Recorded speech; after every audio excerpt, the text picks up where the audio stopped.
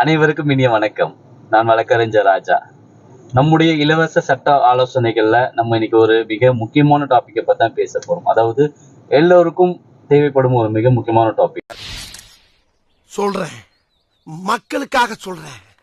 அது என்ன அப்படின்னு பாத்தீங்கன்னா, நிறைய பேர் ரொம்ப கஷ்டப்பட்டு ஒரு வண்டி வாங்கியிருப்போம். அதாவது அது காரா இருக்கட்டும், இல்ல ஆட்டோவா இருக்கட்டும், இல்ல பைக்கா இருக்கட்டும். சில கட்ட முடியாத சூழ்நிலைகள் காரணமாக நம்மளுடைய வண்டியை பேங்கோ இல்ல பிரைவேட் ஃபினான்ஸோ நம்ம வாசல்ல வச்சிருக்கும் போதோ இல்ல எங்கேயோ வெளியே போயிருக்கும் போதோ சேஸ் பண்ணிட்டு போயிடுவாங்க.